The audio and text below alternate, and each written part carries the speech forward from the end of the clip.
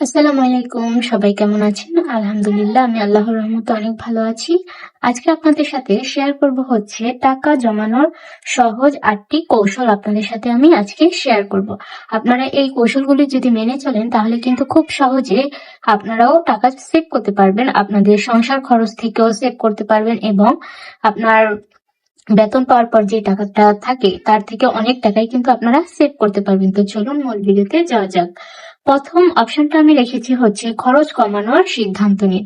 আপনি যদি খরচ কমানোর সিদ্ধান্ত নিজে থেকে নেন যে না আমি এখন থেকে নিজের খরচটা কমাবো, আগের মতো এত খরচ করব না, আপনাকে আগে সিদ্ধান্ত নিতে হবে। আপনি যদি সিদ্ধান্ত না নিতে পারেন তাহলে কখনোই আপনি টাকা জমাতে পারবেন না। তাই আগে আপনাকে সিদ্ধান্ত নিতে হবে যে হ্যাঁ আমি খরচ কমাবো এবং আমি টাকা জমাবো।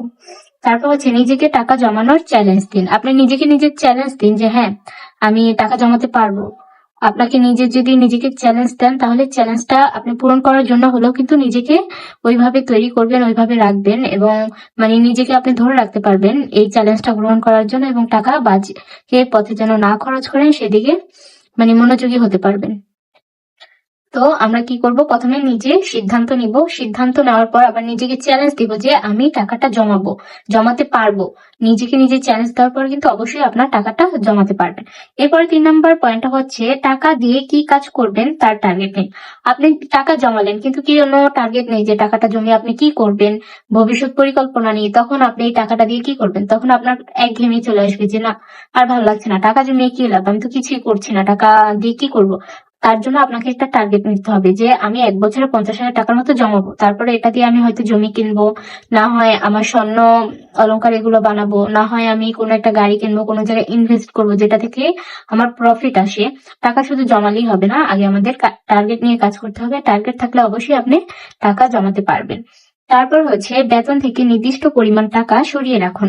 আপনার বেতন ২০,০০০ টাকা হলে আপনি তার থেকে ২,০০০ টাকা একদম সরিয়ে রাখবেন হিসাবের বাইরে।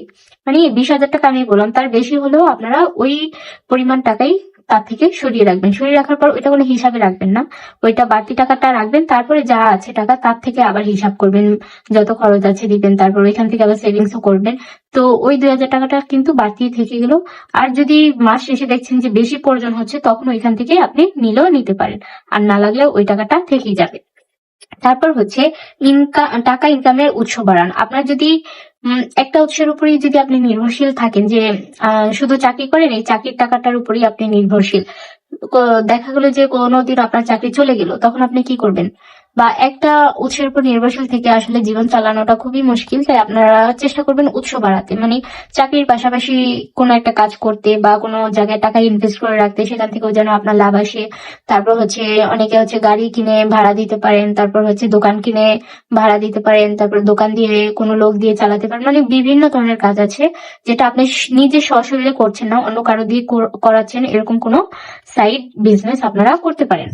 তারপর বাজে অভ্যাস ত্যাগ করুন। আপনার যদি বাজে কোনো অভ্যাস থাকে, যেরকম চা সিগারেট পান এসবের প্রতি বাজে অভ্যাস থাকে মানুষের, এগুলো একটু কমিয়ে আনার চেষ্টা করুন। যদি দেখছেন যে না একদমই হচ্ছে না, তো একটু কমিয়ে আনার চেষ্টা করবেন। তো বাজে অভ্যাস আমাদের মেয়েদের অনেকের আছে, কেনাকাটার প্রতি বাজে অভ্যাস, অযথা মার্কেটে গেলে যেগুলো অপ্রয়োজন নেই ওগুলো এনে ঘরে শুধু শুধু ফালিয়ে রাখে।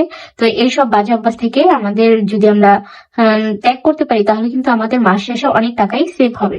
তারপর হচ্ছে লোক দেখানো বন্ধ করুন। ৭ নম্বর অপশনটা হচ্ছে ব্র্যান্ডের পিছে দৌড়ানো বন্ধ করুন। ব্র্যান্ডের পিছে দৌড়ানো বন্ধ করুন। আজকের এই সমাজে মানুষ কিন্তু বেশিরভাগ ব্র্যান্ড করে। ব্র্যান্ডের জামা কাপড় যে কোত্থেকে আসে সেটা দেখে না, আসলে নর্মাল জামা কাপড় ওরা ব্র্যান্ড বলে চালিয়ে দেয়। তো আমরা যারা নর্মাল, আমাদের যোগ্যতা যতটুকু, ইনকাম বুঝে আমরা খরচ করব। শুধু ব্র্যান্ড লোক দেখানোর জন্য আমরা দামি দামি পোশাক পরবো এটা কিন্তু না। আগে আপনার টাকা সেভ করতে হবে। টাকা না থাকলে কেউ ভাই আপনাকে চিনবে না। আপনি ২ দিন অসুস্থ হয়ে বিছানায় পড়ে থাকুন না, দেখুন কয়জন আপনাকে ডাক্তার দেখানোর জন্য টাকা দেবে। সবাই আসবে ঠিকই, কিন্তু আপনাকে দেখে যাবে, কেউ আপনাকে টাকা দিয়ে যাবে না। তো আপনার নিজের টাকা নিজেরই সেভ রাখতে হবে, ভবিষ্যতের জন্য, নিজের বিপদ আপদের জন্য অবশ্যই টাকা রাখতে হবে। তো লোক দেখানো বন্ধ করে আগে টাকা সেভ করুন, তারপরে খরচ করুন। তারপর হচ্ছে লোক দেখানো বন্ধ করুন। সেম ব্র্যান্ডের পিছে দৌড়ায় আমরা, যেরকম লোক দেখাতে অন্যজনকে দেখানোর জন্যই আমরা ব্র্যান্ডের পিছে, ব্র্যান্ডের জামা কাপড়, দামি দামি জামা কাপড়, ঘড়ি, মোবাইল ফোন, এসবের পিছে যেহেতু দৌড়াই, এটা যেহেতু আমরা লোক দেখানোর জন্যই করি, তো এই জিনিসটাও কিন্তু আমাদের বন্ধ করতে হবে। তো আজকে এই আটটা কৌশল আপনাদের সাথে আমি শেয়ার করলাম। কৌশলগুলো যদি ভালো লাগে অবশ্যই কমেন্ট করে জানাবেন যে কেমন লাগলো আজকের ভিডিওটা।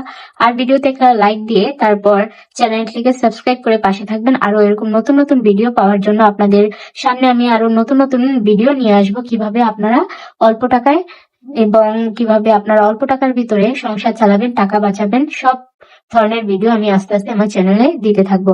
অবশ্যই আমার চ্যানেলের পাশে থাকবেন। ধন্যবাদ। আজকে এই পর্যন্তই। আসসালামু আলাইকুম।